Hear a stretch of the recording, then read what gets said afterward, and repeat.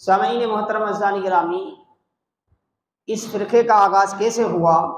کس طرح یہ لوگ آئے؟ اگر اس کو ہم کتب احادیث میں دیکھتے ہیں، تاریخ کی، اسلامی تاریخ کی معتبر کتابوں میں دیکھتے ہیں، تو پتہ چلتا ہے کہ ایک شخص تھا، اس ایک شخص کی طرف سے کیا ہے یہ فرقہ منتخب ہوا، اور اس کا نام تھا ذوالخویسرہ التمیمی۔ قبیلہ تمیم کا شخص تھا یہ ذوالخویسرہ، رسول اللہ صلی اللہ علیہ وسلم کے زمانے میں موجود تھا۔ بخاری میں، مسلم میں، مسند احمد میں، نسائی میں اور دیگر کتب احادیث میں یہ روایت ملتی ہے۔ غالباً جب غزوہ حنین سے رسول اللہ صلی اللہ علیہ وسلم واپس تشریف لانے کے بعد جب مال غنیمت آقا علیہ السلام تقسیم فرما رہے تھے، تو اس وقت خاص طور پہ اس شخصیت کا اظہار ہوتا ہے، یہ آدمی سامنے آتا ہے۔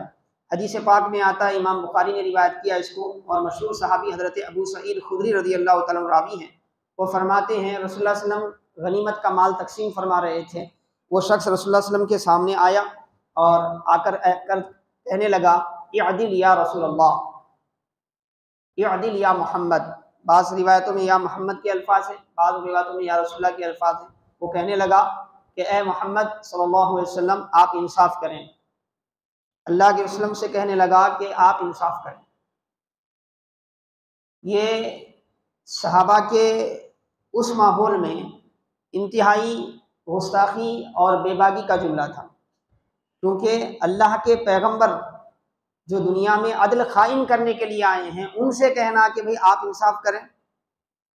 یہ عدل یا محمد۔ تو اللہ کے رسول صلی اللہ علیہ وسلم نے فرمایا اگر میں انصاف نہیں کروں گا تو کون انصاف کرے گا؟ اگر میں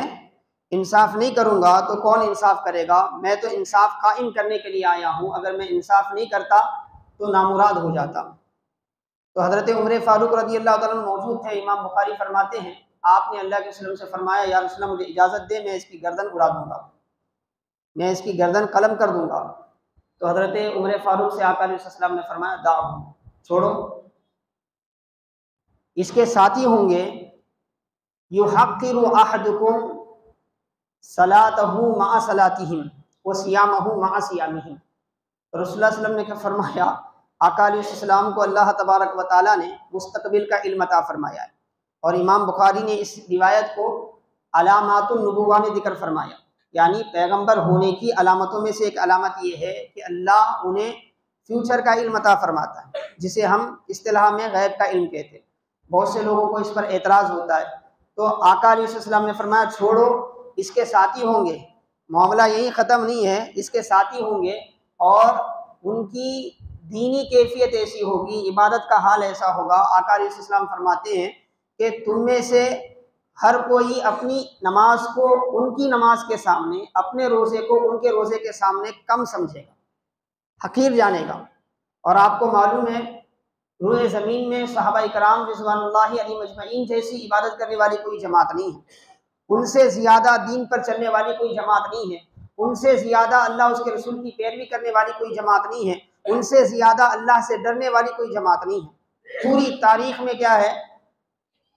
ان کا جو پیغام ہے، ان کی جو قربانیاں ہیں، ان کی جو دین کے لیے جدوجہد ہے، ایسی مثالیں کسی پیغمبر کے اصحاب میں بھی اس قدر نہیں ملتی، اس کیفیات کے ساتھ نہیں ملتی جو اصحاب رسول صلی اللہ علیہ وسلم رضی اللہ عنہم اجمعین میں پائی جاتی ہے۔ اب آقا نے ان سے فرمایا کہ اگر اس کے ساتھی ہوں گے اور وہ ساتھی ان کی عبادت ظاہری عبادت پر ان کا معاملہ ایسا ہوگا کہ تم اپنی عبادتوں کو، اپنی نمازوں کو ان کی نمازوں کے سامنے کم سمجھو گے، اپنے روزوں کو ان کے روزوں کے سامنے کم سمجھو گے۔ یقرؤون القرآن، وہ قرآن پڑھیں گے اتنی کثرت سے، لیکن کیا ہوگا، وہ قرآن ان کی حلق سے نیچے نہیں اترے گا۔ یمرق من الدین کما یمرق السہم من الرمیۃ۔ اس کے بعد آقا فرماتے ہیں یہ دین سے ایسے نکل جائیں گے جیسے کیا ہے تیر شکار سے نکل جاتا ہے۔ پھر اس کے بعد اللہ کے وسلم نے اس کی نوعیت بتائی کہ دین سے ان کا کچھ بھی واسطہ نہیں ہوگا، بظاہر دیندار نظر آئیں گے مگر دین سے ان کا کوئی واسطہ نہیں ہوگا۔ تم تیر اٹھا کر دیکھو اس میں کوئی اثر نہیں ہوگا، تم اس کا پر اٹھا کر دیکھو اس میں کوئی اثر نہیں ہوگا۔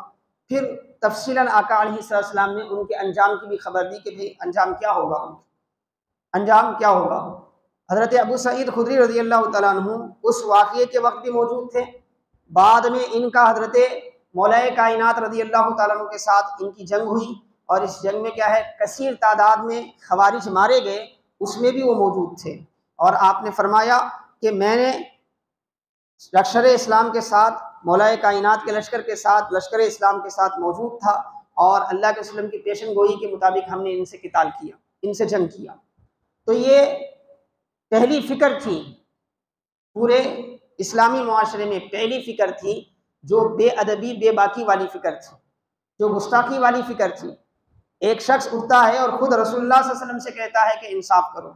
حالانکہ آپ کی امانت داری، آپ کا انصاف ایسا ہے کہ خود مخالفین بھی آپ کے انصاف کے تعلق سے، آپ کی امانت کے تعلق سے کبھی کچھ بولنے کے لیے تیار نہیں ہے۔ 40 سالہ زندگی رسول اکرم علیہ السلام کی سب کے سامنے ہے، مشرکین مکہ مخالفت کرتے تھے آپ کی دعوت کی، لیکن جب امانت رکھنے کی باری آتی تھی تو رسول اللہ صلی اللہ علیہ وسلم کے پاس ہی لا کر امانت رکھتے تھے، اپنے کسی سردار کے پاس نہیں جاتے تھے، اپنے گروہ کے کسی بڑے آدمی کے پاس نہیں جاتے تھے، امانتیں لاتے، دعوت رسول کی مخالفت کرتے ہوئے بھی انہیں یقین تھا کہ امانت اور انصاف کی جب بات آئی تو محمد رسول اللہ کا ثانی کوئی نہیں مل سکتا صلی اللہ علیہ وسلم۔ مشرکین کا یہ نظریہ تھا، تاریخ یہ بتاتی ہے، لیکن یہ شخص اٹھا اور آقا کو کیا ہے کہنے لگا، تو رسول اللہ صلی اللہ علیہ وسلم نے ان کی پیشن گوئی فرمائی۔ پھر بات ختم نہیں ہوئی، ایسے ہی معاملہ چلتا رہا، وہ ایک تھا، پھر وہ ایک انیک کو بنا دیا، پھر اس کی فکر لوگوں میں پھیلتی رہی، نتیجہ یہ ہوا کہ صدیق اکبر کا زمانہ چلا، دیگر کئی فتنے پیدا ہوئے، جس کے نتیجے میں یہ فتنہ سامنے نہیں آیا۔ پھر فاروق اعظم کا زمانہ آیا، پھر بھی یہ ابھر کر نہیں آئے۔ جب حضرت عثمان غنی